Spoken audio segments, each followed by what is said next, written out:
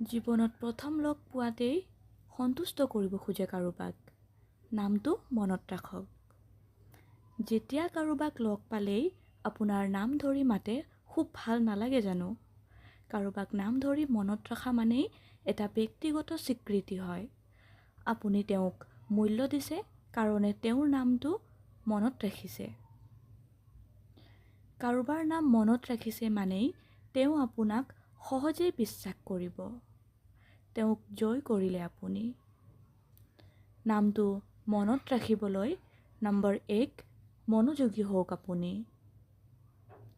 Number 2 নামটো visualise কৰক।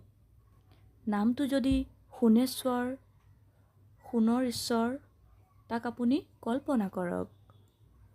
Number 3 নামটো শুনিলেই দুবাৰমান মনতেই কওক, সোণেশ্বৰ সোণেশ্বৰ। নম্বৰ 4 মোবাইলতেই পাৰিলে নামটো লিখি থওক, অৰ্থাৎ ছেভ কৰি থ'ব।